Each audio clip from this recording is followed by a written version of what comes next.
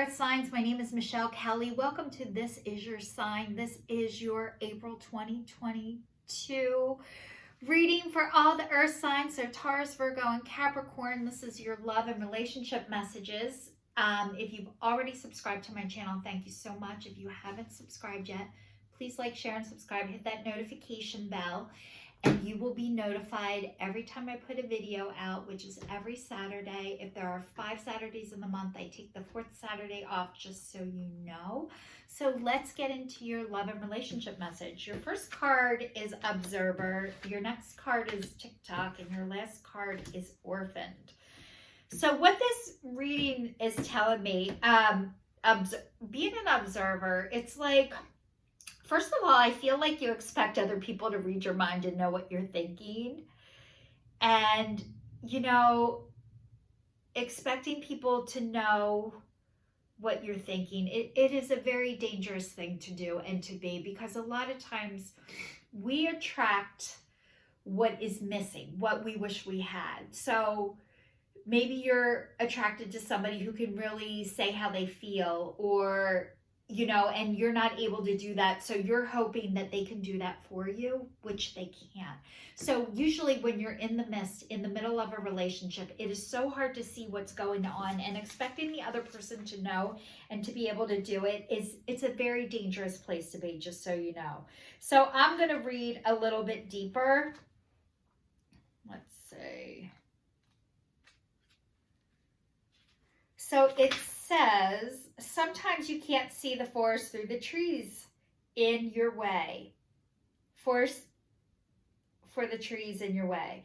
Feelings can get all jumbled up, and often you hear one thing when a person says another.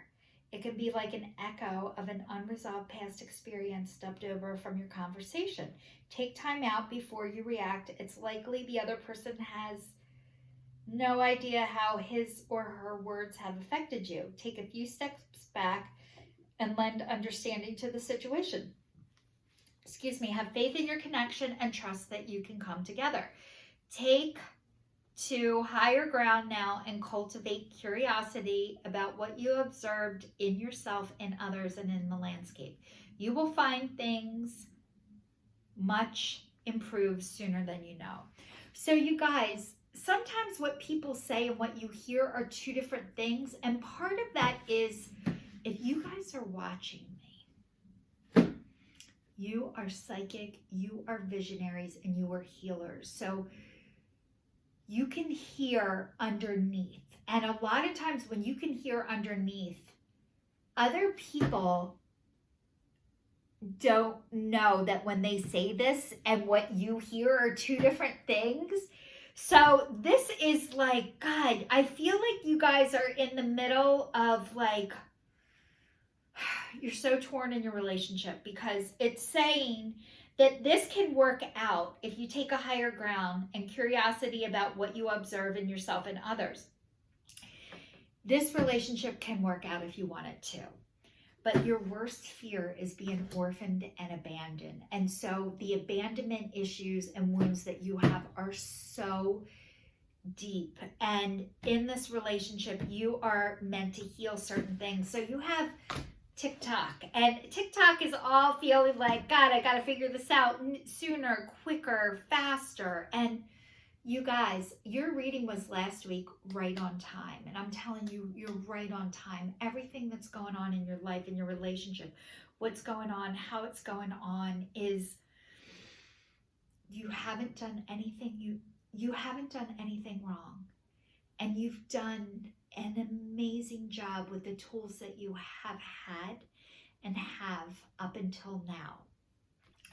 So realizing this about yourself is such a gift and such a huge thing to see. But a lot of times what somebody says, what you hear, even though you know that's true, it isn't what they said. So being able to listen to what they are saying, even though you know it means something else, it's so hard. I know it's so hard, because Jesus, they can't see it yet, and they're not meant to. And I can't tell you if this relationship is going to work out for the rest of your life. But I'm going to tell you right now, this relationship that is in your life is here to help you heal parts of yourself and get back to yourself. So that is the gift of this right now. But let's get into the orphaned and abandoned, because that is a horrible thing to feel in your relationship. Feeling rejected by your partner is very real, and it is very deep. And so let's get to the root of this. It says, as you shift and evolve and commit to your own growth, you long for support, but may be disappointed and hurt by others who are not providing what you feel you deserve. Perhaps you're drifting away from this relationship because you're in a different stage of your personal growth. Perhaps you're in a new relationship and discovering that you don't share the same values and beliefs, so you feel left out, unable to get to that intimate place of safety and belonging. Take heart, as Spirit knows and loves you and will steer you in the direction of those who accept you as you are without artifice or agenda.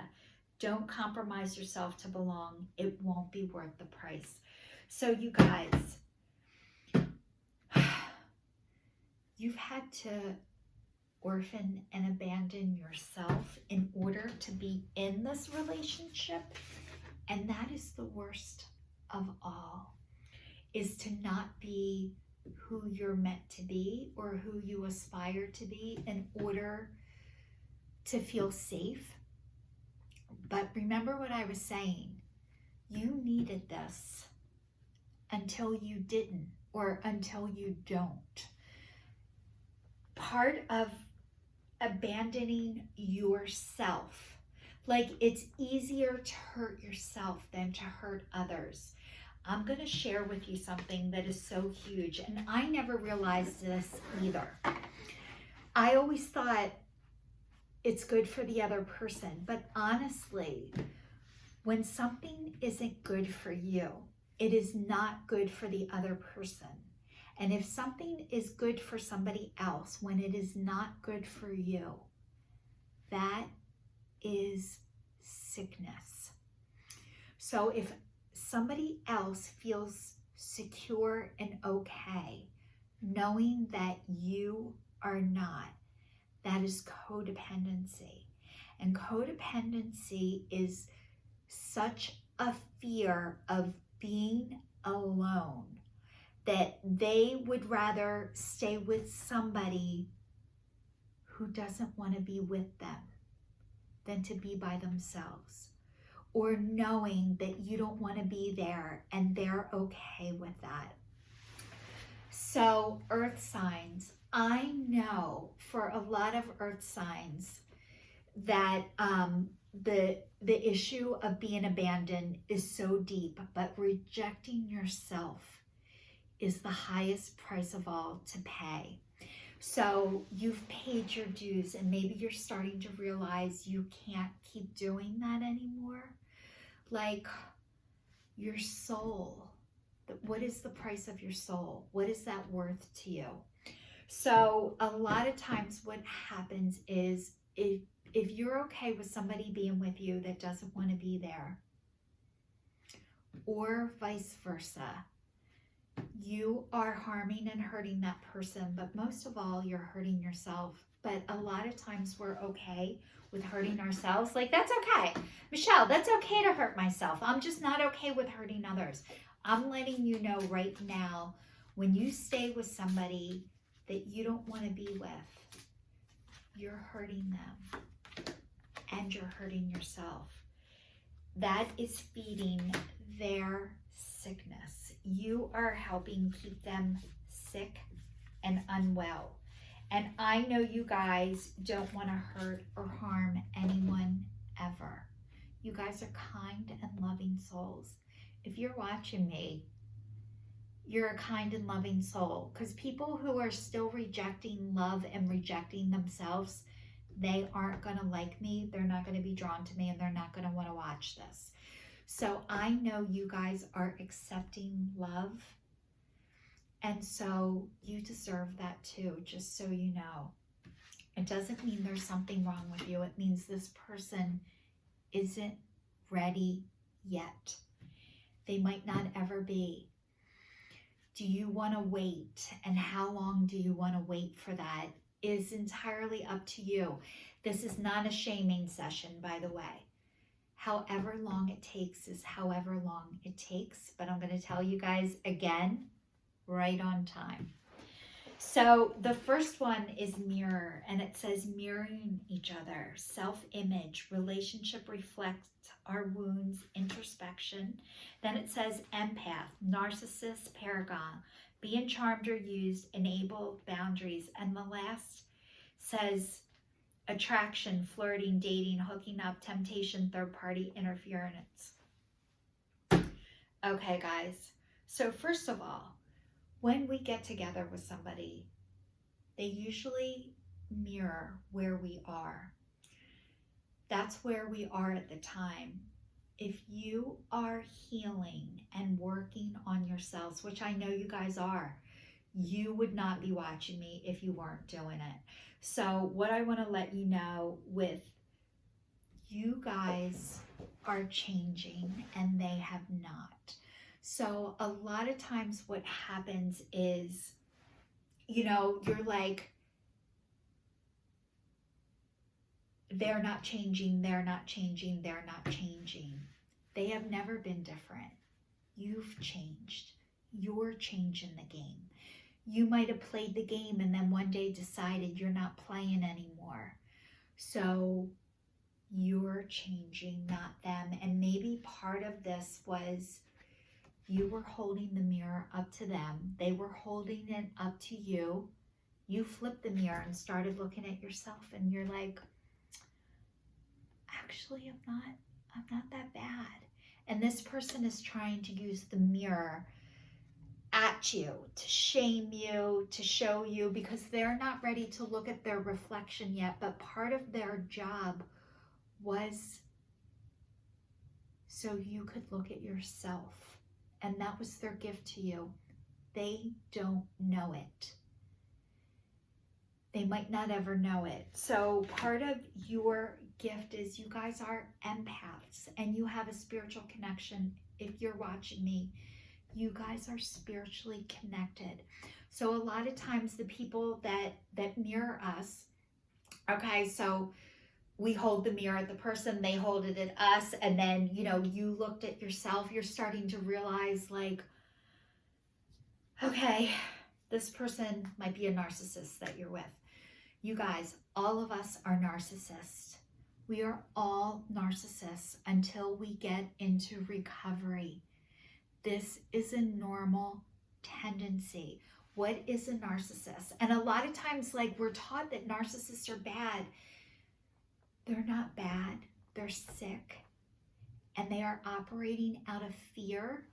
And they are spiritually disconnected to the extreme. And they are so spiritually disconnected. But part of their job was to help you get back to your spiritual connection. They don't know this yet. Not your job to tell them. They can't hear you. So I'm going to let you know again, having the boundaries, getting the boundaries, you know, and you're like, Michelle, I keep telling them my boundaries over and over and nothing's changing. So what I've had to do to address, I always thought I had boundaries, guys. I always thought I had them. And what I did is I go along, I'd flip out. Now you know my boundaries. You should have known I was being nice the first 10 times, and the 11th time I throw up on you. They didn't know. All they saw was Michelle throwing up. So, but then it went back to the same thing again. So maybe I went along, and I threw up the 10th time. But then I went back to the same way. And then maybe I went along, threw up the 9th time, and then went back. So as this process is happening, not only having boundaries need to be followed up with an action. When you say, I'm not doing this anymore, or this isn't good for me anymore, you need to follow it up with an action. It is the hardest part. When you are dealing with somebody who's a narcissist, they're sick. That is all. They are sick. You were able to get well. This person was here to help you get well. That was their gift to you, by the way. So I've told you that 3 times. This person is your gift. You're a gift to them too. They just aren't able to show it yet or know it. So as this process is happening, and it sounds so easy. Oh, I'm their gift. Oh, they were my gift. Most of the gifts that we get in our life, they don't feel like gifts when you're getting them. They feel like, it feels like a nightmare, and it feels like a curse. You guys are changing, and they're not ready yet. So as this process is happening, you guys, even if you set a boundary and you follow it up with an action, they're going to do it again. And you're going to have to do the same thing again with the action again. And then you're going to have to do the action again.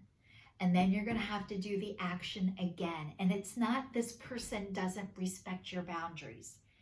They don't respect anyone's boundaries, not just yours. It feels personal. It is not personal. They do this to every single person, not just you. It feels like you because it's happening to you. It isn't you. The seduction. They might have had another affair. They might have been prone to affairs, which made you think you're not enough, or you might be drawn to affairs. You guys, there's more than one way to have affairs. It doesn't have to be sexual. And I'm going to tell you this, and this is what I did when I was married, and I didn't know what an emotional affair is. But I had emotional affairs with men. I was married to a man. I had emotional affairs with men when I was married. What is this? An emotional affair is like falling in love with other people while you're still married. And you could be female with female, male with male, not eliminating sexes. This has nothing to do with sex. It has to do with when your emotional needs aren't being met. You are going to look outside of the relationship or vice versa. Okay. Emotional needs not being met, making you feel like not enough or they're not enough. Usually when your emotional needs aren't being met, you are again going to look outside of yourself. We all look outside of ourselves for our needs to be met. It isn't until we're able to look inside of ourselves. Nobody can meet our needs except for God and ourselves. God gives us the maps to go get our needs met and the tools. You guys have the tools. Whether you were prone to affairs or this person was, or there's third party, and it doesn't have to do just with other people. A third party interference could be drugs, it could be alcohol, it could be gambling, it could be workaholism, other addictions. The whole world is in addictions. Because you're able to address your addiction doesn't mean the other person doesn't have addictions. It means they haven't been able to address their addictions yet. Not you're screwed up and they're not. They're not ready to address their issues. So you guys, all of this, if this, it doesn't mean you're not enough. It means this person doesn't feel like enough. So when somebody doesn't feel like enough, they're going to keep trying to get more to make them feel enough. Because no matter what they have, it'll never be enough. And vice versa. You guys know, you're drawn to me. You did this already. So not taking this personal is the hardest part of this. It is not a reflection of what is wrong with you. So I can't express that enough. But even though I'm telling you that, and you deep down, you know that, you have to go do all the things that make you feel like enough, and not from other people. like, yes, you have to go to your other people. So part of this process is we all need to be validated, and we all need reassurance, and we all need confirmation and affirmation that we're on the right road and doing a great job. Part of what most of us, I'm going to say all of us, I'm going to speak for everyone here. A lot of times what we do is we go to people who can't meet our needs and expect them to validate us, to not reject us, and they can't. So it doesn't mean you don't need validation. It doesn't mean you don't need to hear you're doing a great job. But you need to hear it from the people that are actually doing what you're doing, not from the people who aren't. They will never give you the confirmation. They will never give you the validation. And not because they won't, they can't. They don't have it to give. So you can't get something from people who don't have it to give. So you guys, this is all about healing yourself and the divine. And I am so proud of you guys. Like, I want to cry because I know that the work that you're doing, and it counts and it matters, and you touch people more than you know. But this relationship, for whatever reason, you're outgrowing it because it's time, right on time.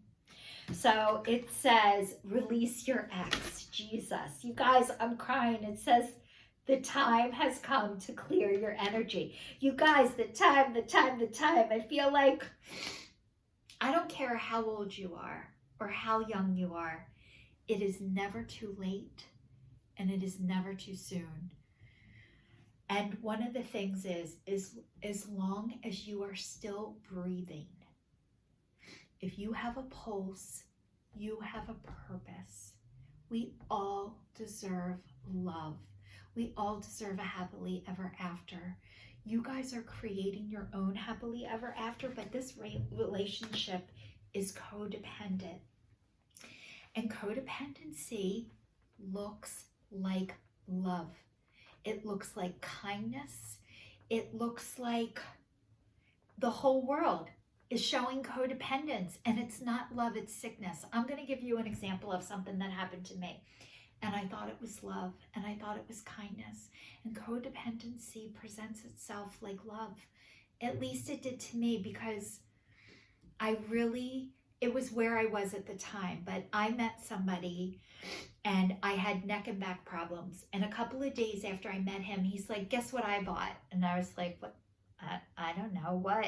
Like, he's like, I got a Tempur-Pedic.